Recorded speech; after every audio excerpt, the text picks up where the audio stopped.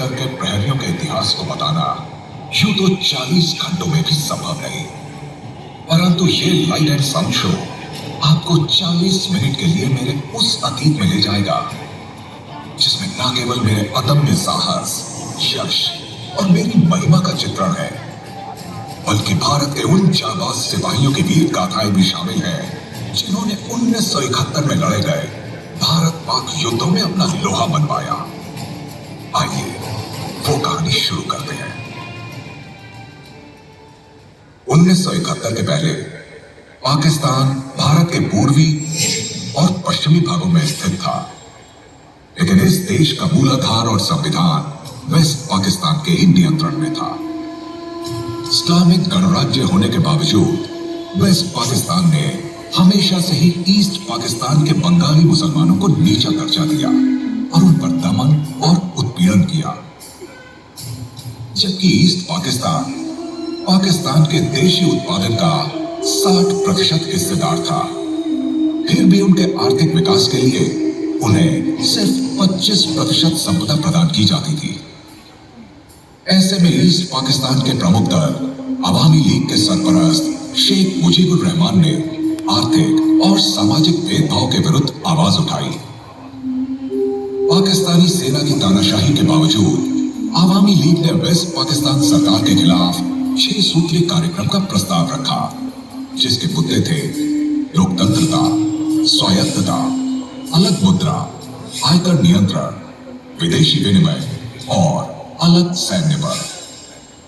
ये मांगे एक प्रखर आंदोलन का रूप लेने लगी, जिस कारण ईस्ट और वेस्ट पाकिस्तान के राजनीतिज्ञों के बीच मतभेद बड़े पैमाने पर शुरू हो गए। 1970 में पाकिस्तान के सदर यहिया खान ने राजनीतिक दबाव के कारण जनरल इलेक्शन आयोजित किए, जिसमें उनकी उम्मीदों के विपरीत अवामी लीग को भारी बहुमत प्राप्त हुई। ये जीत वेस्ट पाकिस्तान की सियासत को नामंजूर थी और इसकी कीमत ईस्ट पाकिस्तान के आवाम को चुकानी पड़ी। इसके बाद शुरू हुआ वेस्ट पाकिस्तान के हुक्मरानों के द्वारा दमन का वो सिलसिला, जिसके फलस्वरूप मुजीबुर रहमान ने आजादी का ऐलान कर दिया।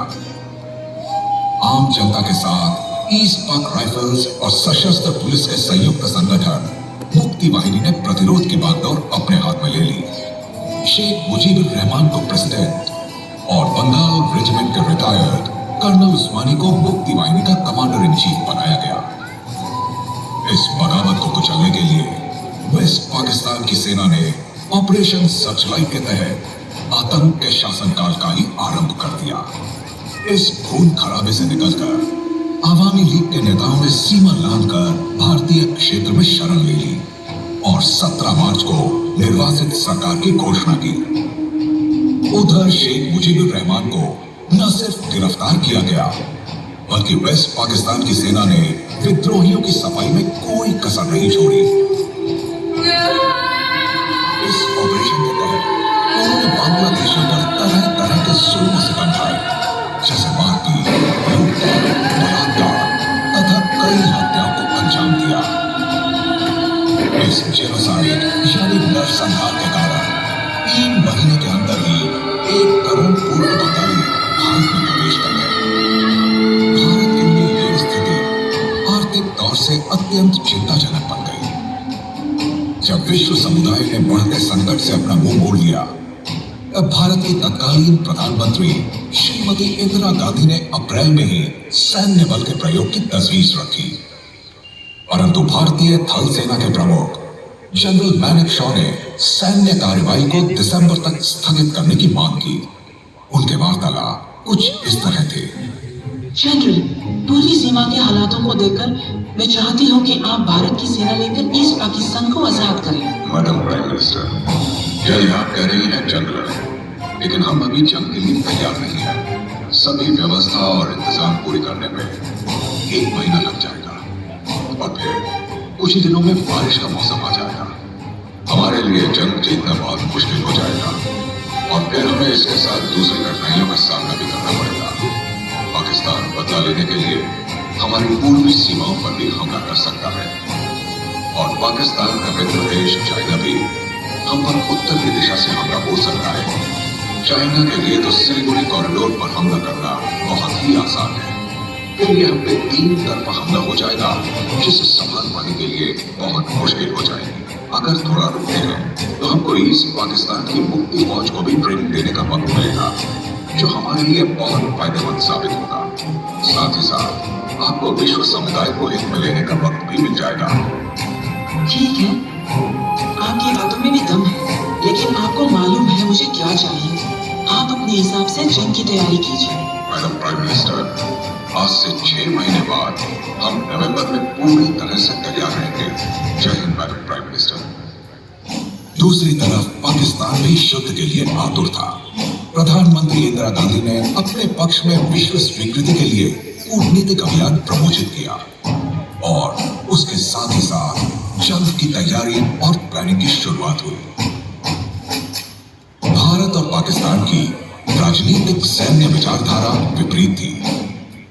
पाकिस्तान हमारी पश्चिमी सीमा पर ज्यादा से ज्यादा इलाकों पर कब्जा करने की योजना बना रहा था। इसके बाद खिलाफ भारत अपना लक्ष्य ईस्ट पाकिस्तान पर साध रहा था।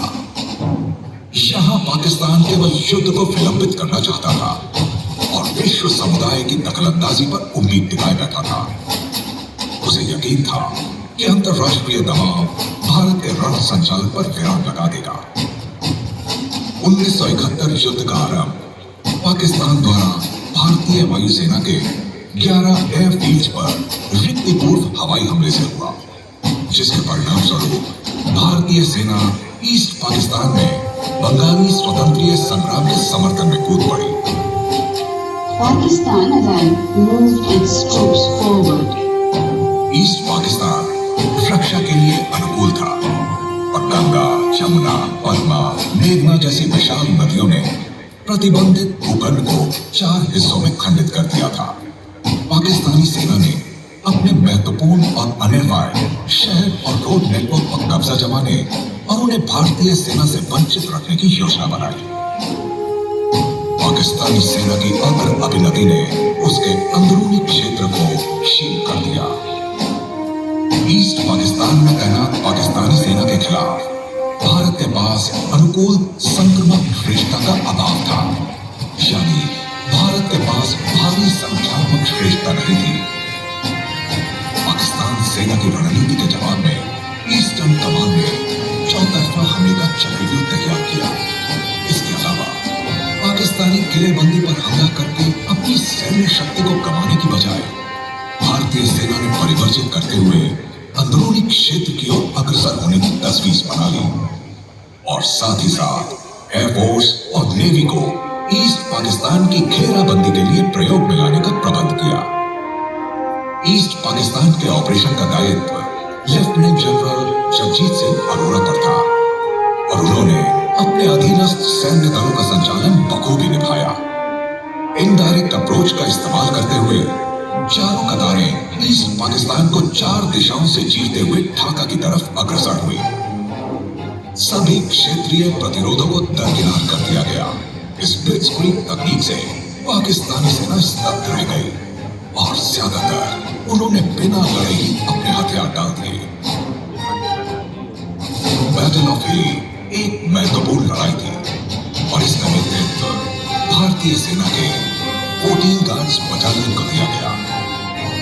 14 गार्ड्स के लांस नायक अल्बर्ट टिक्का बटालियन की लेफ्ट फॉरवर्ड कंपनी में थे, जो गंगा सागर क्षेत्र की आक्रामक कार्रवाई संभाल रहे थे। यहाँ कंपनी को दुश्मन की भारी गोलाबारी और तीव्र स्मॉल आर्म्स फायर का सामना करना पड़ा। बिना रुके उनकी कंपनी ने धावा बोल दिया। इस दौरान लांस नायक अल्बर्ट टिक्का ने देखा कि दुश्मन की एक एलएनजी उनकी कंपनी को भारी नुकसान पहुंचा रही है। अपनी जान की परवाह न करते हुए उन्होंने एलएनजी के बंकर पर धावा बोल दिया।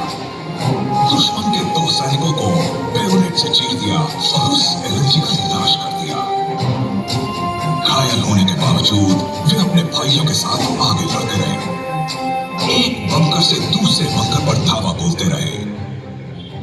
आखिरी पॉइंट पे एक बिल्डिंग की दूसरी मंजिल से दुश्मन की एमएनजी ने फायरिंग ओपन कर दी थी, जिस कारण भारतीय सेना की टुकड़ी को भारी नुकसान पहुंचा। इस बार लांस नायक एल्बर्ट टिक्का रेंगते हुए बिल्डिंग तक पहुंचे और ग्रेनेड फेंककर दुश्मन को ठिकाने लगा दिया। इसके बाद भी दुश्मन की एमएमजी की फायरिंग नहीं रुकी। अपनी आखिरी सांस तक जूझते हुए लांस नायक एल्बर्ट टिक्का ने फिर से बंकर में घुसकर दुश्मन को अपने बेयोनेट से चीर दिया। एमएमजी की फायरिंग रुकते ही एल्बर्ट टिक्का ने अंतिम सांस ली और वे वीर गति को प्राप्त हुए। अपने सार्थक प्रदर्शन और प्रभावशाली वीरता के लिए उन्हें मरणोपरांत परमवीर चक्र से सम्मानित किया गया। इस पूरे ऑपरेशन में मुक्ति वाहिनी ने भारतीय सेना के साथ कंधे से कंधा मिलाकर अनुभव प्रचालन किया और उनके योगदान की बदौलत दुश्मन को पस्त करने में आसानी हुई। इस लिबरेशन वॉर के कुछ असाधारण एवं अद्भुत क्षण भारतीय सेना की सटीक तैयारी और दृढ़ संकल्प को दर्शाते हैं और उस क्षमता को भी दर्शाते हैं जिनसे बड़ी बड़ी मुसीबतें पार लगी, जैसे कि मेघना हेली ब्रिज, दंगेल एयर ड्रॉप और गवर्नर रेजिडेंस पर हवाई हमला। इन तीनों ऑपरेशंस का पाकिस्तानी सेना के दिमाग पर ऐसा मनोवैज्ञानिक असर हुआ कि उनकी लड़ने की चाह खत्म हो गई और उन्होंने 16 दिसंबर को आत्मसमर्पण करके लिबरेशन वॉर के किस्से को समाप्त कर दिया। बांग्लादेशी आवाम भारतीय सेना का स्वागत कर जश्न मना रही थी। हर कोई भारतीय सेना के सिपाहियों को खुशी और गर्व से सैल्यूट कर रहा था।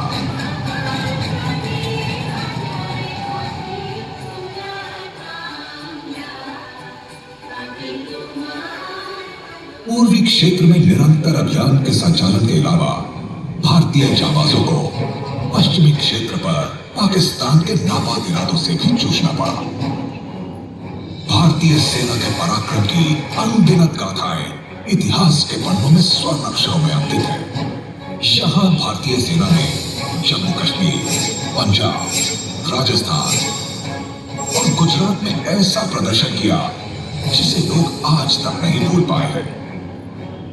हमारी वायुसेना का आक्रमण प्रारंभिक दौर में ही खत्म करने के उद्देश्य से पाकिस्तानी वायुसेना ने 3 दिसंबर सन 1971 को करीब 1740 आवर्स पर हवाई हमला बोल दिया। इस ऑपरेशन को चेंगिस खान का नाम दिया गया, जिसके तहत श्रीनगर, अवंतीपुर, पठानकोट, अमृतसर, फरीदकोट, हलमारा, अम्बाला, बीकानेर, आगरा, जैसलमेर, जोधपुर, उत्तरलाई और भुज पर हमले किए गए। जंग का शंख बज चुका था।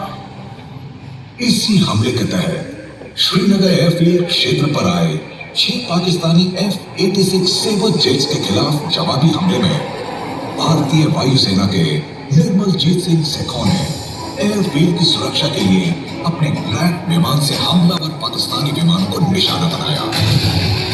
अपनी सूझबूझ और साहस से सेखों ने दुश्मन के 2 विमानों को मार गिराया और बचे हुए विमानों को वापस लौटने पर मजबूर कर दिया। लेकिन अपनी अद्भुत वीरता और शौर्य रण कौशल का प्रदर्शन देने हेतु फ्लाइंग ऑफिसर निर्मलजीत सिंह सेखों को मरणोपरांत देश के सर्वोच्च वीरता पुरस्कार परमवीर चक्र से सम्मानित किया गया। पश्चिमी क्षेत्र पर लड़े गए युद्धों में सबसे भीषण युद्ध पाकिस्तान के शक्करगढ़ इलाके में देखा गया, जिसमें भारतीय सेना को जफरवाल, धर्मथल और नरोवाल पर कब्जा करना था। इसके उपरांत मराला, रावी लिंक और देव नदी तक के क्षेत्र पर मजबूती बनाने की योजना थी ताकि पसरूर पर कब्जा किया जा सके। 15 दिसंबर सन 1971 को मेजर होशियार सिंह ने अपने सिपाहियों के साथ रात के अंधेरे में हमला करते हुए बसंत नदी पार करके जलवाल पर कब्जा कर वही मोर्चा बना दिया। सवेरा होते ही दुश्मन ने जलवाल वापस लेने के लिए जबरदस्त हमले बोले और मेजर होशियार सिंह के कुछ जवान शहीद हुए। जवानों, तुम्हारी मौत का हिसाब इनको लाशों के ढेर से चुकाना पड़ेगा। इस जमीन को मैं उनका कब्रिस्तान बना दूंगा। दुश्मन हमले पे हमला करता रहा, लेकिन मेजर होशियार सिंह के हुंकार के आगे टूटता रहा। अपनी अद्भुत वीरता और शौर्य रण कौशल का प्रदर्शन देने हेतु मेजर होशियार सिंह को देश के सर्वोच्च वीरता पुरस्कार परमवीर चक्र से सम्मानित किया गया। इसी युद्ध के दौरान अरुण खेत्रपाल शेर की मानंद दुश्मन के बगीचे तक पहुंच गए। उन्होंने पाकिस्तानी सेना के 4 टैंकों को वहीं ध्वस्त कर दिया। पाकिस्तानी सेना ने भी भारतीय सेना के 2 टैंकों पर जवाबी हमला किया। इन्हीं में से एक tank second lieutenant Arun Khetarpal का था।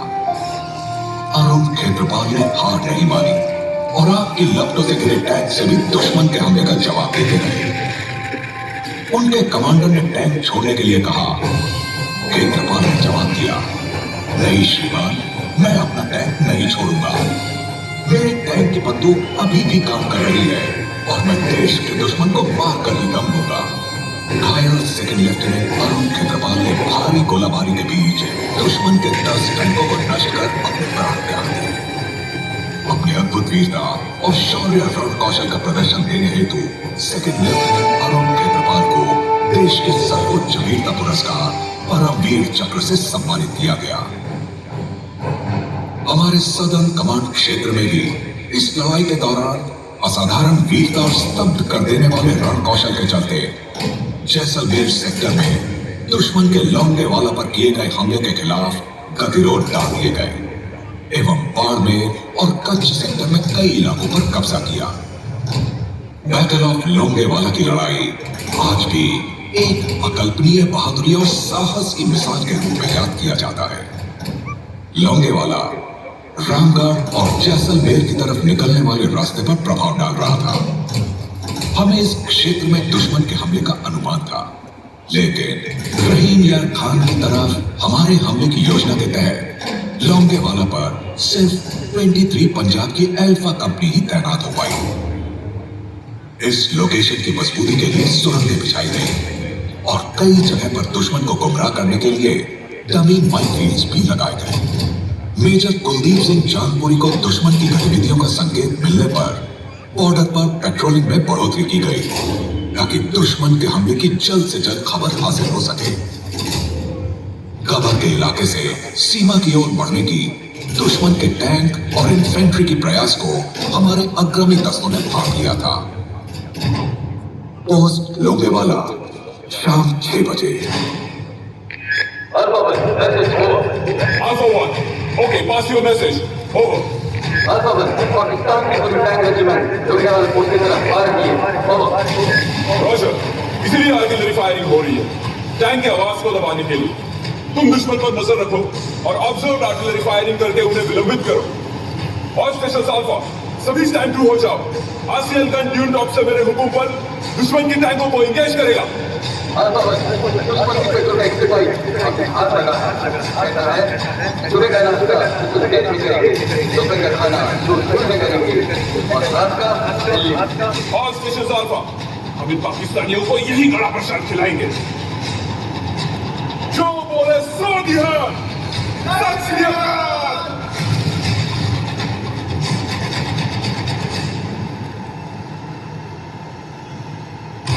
दुश्मन ने रात को आगे बढ़ते हुए लोंगेवाला को कांटेक्ट करने की कोशिश की, मगर पीछे हुए माइनफील्ड्स को देखकर अपने हमले को सुबह 4 बजे तक स्थगित करने का निर्णय लिया। 4 बजे जब उन्होंने हमला शुरू किया तो मेजर चांदपुरी जान गए थे कि उनको सुबह तक पाकिस्तानी टैंक और इन्फेंट्री को रोकना होगा ताकि एयरफोर्स लड़ाई में शामिल हो सके। उन्होंने सूझबूझ और समझदारी से अपने इकलौते आरसीएल गन को विभिन्न जगहों से इस्तेमाल करते हुए पाकिस्तानी कमांडर के दिमाग में आशंका प्रकट की कि लोंगेवाला में एक बटालियन तैनात है। दुश्मन के लोंगेवाला पर टैंक्स द्वारा हमला करने के प्रयास में उनके कई टैंक नष्ट हो गए। इस तरह से युद्ध की उच्चतम परंपराओं से वाकिफ मेजर चांदपुरी और उनकी अल्फा कंपनी ने दुश्मन के कई प्रयासों को विफल कर दिया और सूर्योदय होने तक स्थिति संभाले रखी। सूरज की पहली किरण के क्षितिज पर चमकने के साथ ही भारतीय वायुसेना के हंटर स्क्वाड्रन के लड़ाकू विमानों की गर्जना सुनाई पड़ी। लड़ाकू विमान खुलकर शत्रु जंगों पर कहर की तरह बरस पड़े। इन विमानों ने पाकिस्तानी टैंक्स को सिटिंग डक्स की तरह ही चुन चुन कर टारगेट किया और कुछ ही घंटों के भीतर 22 और टैंकों को नष्ट कर लौटने वालों की इस लड़ाई को अमर कर दिया। इस बीच विरोधी सेना के 2000 सैनिकों का सफाया हो चुका था और कुल 34 टैंक और 500 वाहन नष्ट हुए। मेजर कुलदीप सिंह चांदपुरी को तृतीय सर्वोच्च युद्ध वीरता पुरस्कार महावीर चक्र से सम्मानित किया गया। ये एक ऐसा युद्ध था जिसमें भारतीय सेना के मुट्ठी भर सैनिकों ने अपने साहस, हिम्मत, धैर्य और दृढ़ संकल्प का अभूतपूर्व परिचय दिया। मेरा सीना गर्व से चौड़ा हो जाता है जब मैं इस शानदार ऑपरेशन को याद करता हूं। मैं फिर से चेतना हूं। वास्तव में ये मेरी सबसे शानदार उपलब्धियों में से एक है। बाड़मेर क्षेत्र में 11 इन्फेंट्री डिवीजन ने 3 तरफा हमले की योजना बनाई। 85 इन्फेंट्री ब्रिगेड ने नया छोर की तरफ प्रस्थान किया। 31 इन्फेंट्री ब्रिगेड कदरा से होते हुए खिंसर की तरफ बढ़ी और 17 ग्रेनेडियर्स का टास्क फोर्स रेनॉल्ड सैलाब की तरफ बढ़ा। 85 इन्फेंट्री ब्रिगेड ने मैकेनाइज्ड ऑपरेशंस के सिद्धांतों का उच्च प्रदर्शन करते हुए दुश्मन को खोखरों पर बसरवा और पर्चा जगेरी से खदेड़ दिया और नया छोर के समीप एपेक्स हिल और पर्वत अली को भी अपने कब्जे में ले लिया। 31 इन्फेंट्री ब्रिगेड ने भी बड़ी सहजता से कदरा, डाली और खंसरपुर फ्रॉक डाला और उन सवार 17 ग्रेनेडियर्स ने रेनॉल्ड सैलाब समेत काफी इलाकों पर कब्जा जमा लिया। मेरी ये विजय गाथा तो अधूरी रह जाएगी अगर मैं पश्चिमी मोर्चे पर 10 पैरा कमांडो द्वारा की गई छाजलो रेड की चर्चा न करूं। इस बटालियन ने अपने असाधारण साहस, कर्तव्य और नेतृत्व क्षमता की अविस्मरणीय छाप छोड़ी है। इस रेड का उद्देश्य दुश्मनों को झटका देकर उनमें डर पैदा करना था। 10 पैरा कमांडो को सीमा पार करके दुश्मन इलाके में 70 किलोमीटर दूर छाछो कस्बे पर कब्जा जमाना था। लेफ्टिनेंट कर्नल भवानी सिंह की अगुवाई में डेजर्ट स्कॉर्पियन छोटी टुकड़ियों में सीमा पार करके जीप द्वारा रेगिस्तान के कच्चे रास्ते से छाछो तक पहुंचे। वहां पर फिर से एकत्रित होकर कस्बे पर रेड की। छाछों में तैनात पाकिस्तानी रेंजर्स को भारतीय सेना द्वारा हमले की कोई उम्मीद नहीं थी। अंधेरे में हुए इस हमले से बेखबर रेंजर्स के लिए ये एक बहुत बड़ा झटका था। जोंगा जीप के साइलेंसर निकाल दिए गए जिससे जीप की आवाज और मोटी हो गई और दुश्मन को लगा कि बड़ी तादाद में टैंक आ रहे हैं। भयभीत होकर दुश्मन बिना लड़े ही भाग खड़े हुए और 10 पैरा कमांडो ने छाछों पर कब्जा जमा लिया। 1971 ऑपरेशन में वायुसेना ने बड़ी अहम भूमिका निभाई। दुश्मन के सक्षम और श्रेष्ठ लड़ाकू विमान F-86 को हमारी वायुसेना के हंटर और फ्लैट्स ने करारा जवाब दिया। ग्राउंड ऑपरेशंस को क्लोज सपोर्ट के अलावा हमारी वायुसेना ने दुश्मन के हवाई हमलों से अपनी सेना और उसके इंफ्रास्ट्रक्चर को नुकसान से बचाया। रिकॉइनेसेंस मिशन द्वारा दुश्मन की हरकतों पर खबर ली और दुश्मन की सेना की जरूरी जानमाल को क्षति पहुंचाई। इसके अलावा ईस्ट पाकिस्तान में दुश्मन के एयरफोर्स का लाभ निशान निकालकर हर सेना और नौसेना को ऑपरेट करने की पूरी आजादी मिली। इसके अलावा air transport operation, air drop operation, air supply operation में भी उनका बहुत बड़ा योगदान रहा। हमारी नौसेना ने ईस्ट और वेस्ट पाकिस्तान की घेराबंदी करके युद्ध में अहम भूमिका निभाई। हमारे तट की रक्षा के अलावा हमारे समुद्री जहाजों ने दुश्मन के बंदरगाह प्रतिष्ठान और लड़ाकू जहाजों पर ऑपरेशन ट्राइडेंट के तहत अपना कहर बरसाया। इस ऑपरेशन में खास तौर पर तटीय रक्षा में काम आने वाले मिसाइल जहाजों को दुश्मन के घेरे में घुसकर आक्रमण करने का टास्क दिया गया था।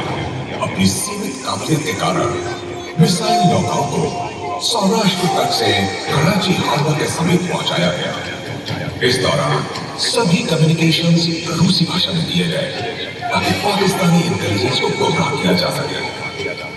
कराची से लगभग 40 मील की दूरी पर आईएनएस अमेरिका का पाकिस्तानी विध्वंसक पीएनएस खैबर से रडार संपर्क हुआ और उसके मिसाइल के बाहर से पीएनएस खैबर नष्ट होकर डूब गया। इसी तरह से आईएनएस वीर ने पीएनएस मुहाफिज पर मिसाइल दागकर उसे नेस्तो नाबूद कर दिया। आईएनएस नेपट ने कराची हार्बर के 3 घन टैंकों पर निशाना साधकर उनको आग के लपटों में घेर दिया और ये आग करीब 4 दिनों तक चलती रही। इस ऑपरेशन के बाद ऑपरेशन पाइथन को अंजाम दिया गया था। जहाजों और बंदरगाह सुविधाओं के पूर्ण विनाश ने पाकिस्तानी नौसेना को पूरी तरह से हताश कर दिया। घबराहट में उन्होंने अपने सभी प्रमुख लड़ाकू जहाजों को हार्बर में वापस बुला लिया।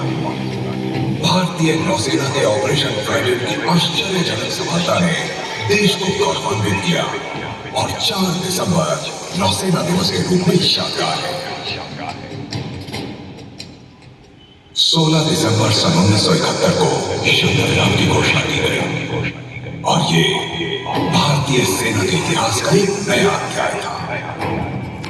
हमने एक नए राष्ट्र बांग्लादेश को जन्म दिया और वेस्ट पाकिस्तान के 15,000 वर्ग किलोमीटर पर कब्जा कर लिया और 93,000 बेबस पाकिस्तानी सिपाही हमारी गिरफ्त में थे। हमने पाकिस्तानी सेना के अहंकार को चूर चूर कर दिया। ढाका में सरेंडर सेरेमनी के दौरान साइन किए गए दस्तावेज एक अविस्मरणीय नजारा बन गया जो आज भी हमें हमारी अद्भुत उपलब्धियों की याद दिलाता है। लेकिन जीत के लिए हमें खून की आहुति देनी पड़ी। 4,000 सपूत देश के लिए अपना प्राण न्यौछावर कर शहीद हो गए। इसके अलावा 1200 शेर भी जख्मी हुए। उन्हीं वीरों के प्रति पुण्य स्मरण का चिन्ह है। मैं उन्हें दिलोजान से श्रद्धांजलि अर्पित करता हूं। तो जैसा त्याग बलिदान भला कौन करेगा? तो जैसा त्याग बलिदान भला कौन करेगा? जो साहस तेरे अंदर खुद में भला कौन भरेगा? जानता हूं देश ही है सब कुछ तेरे लिए। जानता हूं देश ही है सब कुछ तेरे लिए। ऐ दोस्त तू उस पे एक बार नहीं 100 बार मरेगा, 100 बार मरेगा।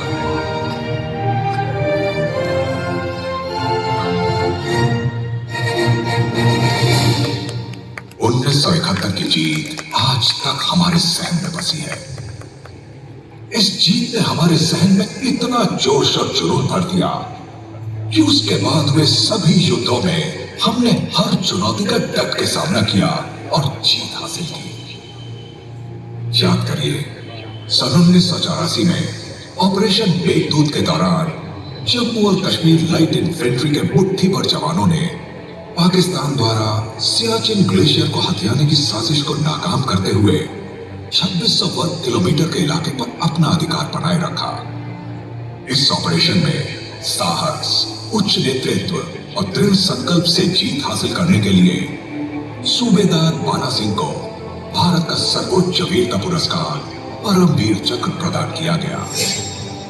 इसके साथ साथ सन 1980 के दशक में पाकिस्तान द्वारा प्रायोजित पंजाब इंसर्जेंसी को भी भारतीय सेना ने सुझाया और पाकिस्तान के चंगुल से आजाद किया।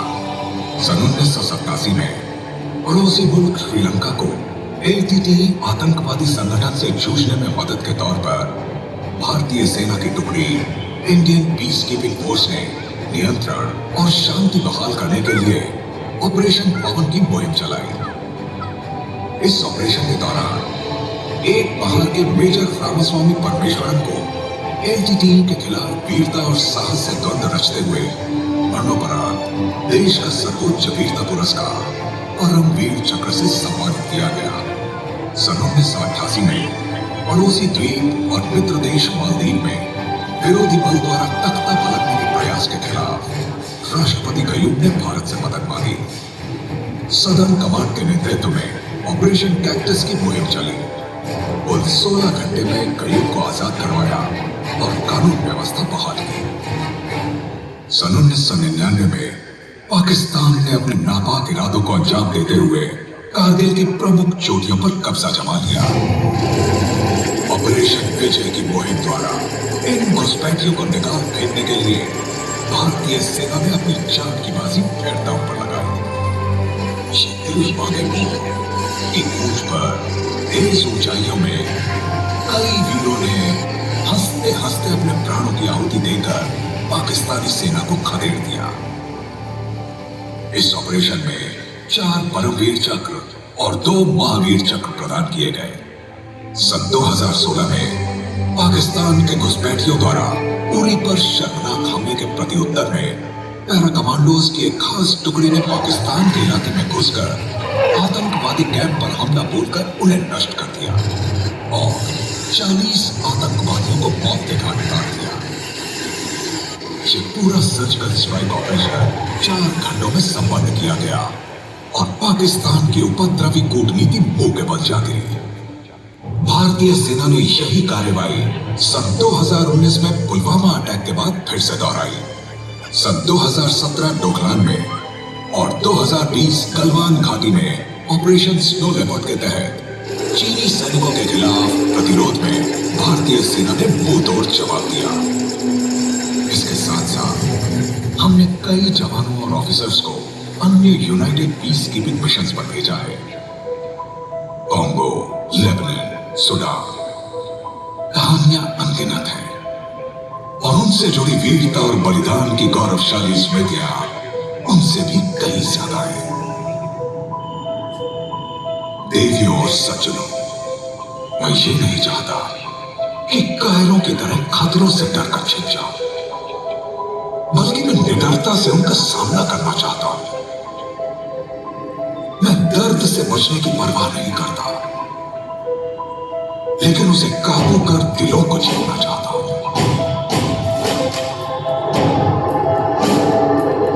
मातृभूमि के लिए अंतिम सांस तक जूझने वाले मेरी धरती के इन सपूतों की गाथा अब तक अनसुनी थी। इसका उद्देश्य आपके साहस को कम करना नहीं, बल्कि आपके अंदर हमारे सिपाहियों के खून से सींचा हुआ जोश और जुनून भरना है। लेडीज एंड जेंटलमैन, देवियों और सज्जनों, आज आपकी उपस्थिति 1971 की जंग के शहीदों के साथ आपके जुड़ाव को दर्शाती है। ये सचमुच सराहनीय है। आपने 1971 के भारत पाक युद्ध के सारे अनुभवों को महसूस किया है, उन क्षणों को फिर से जिया है।